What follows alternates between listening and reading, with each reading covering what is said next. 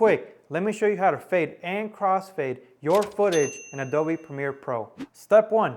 Import your media files into Premiere Pro by dragging and dropping them into the project panel.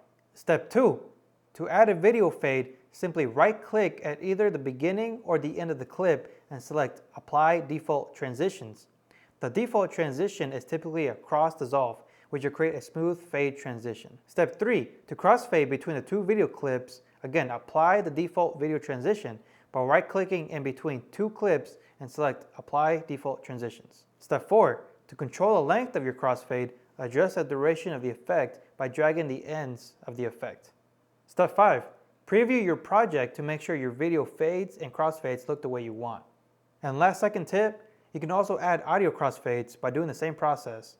Right-click and select Apply Default Transitions again, and this will create a smooth transition between the two audio tracks.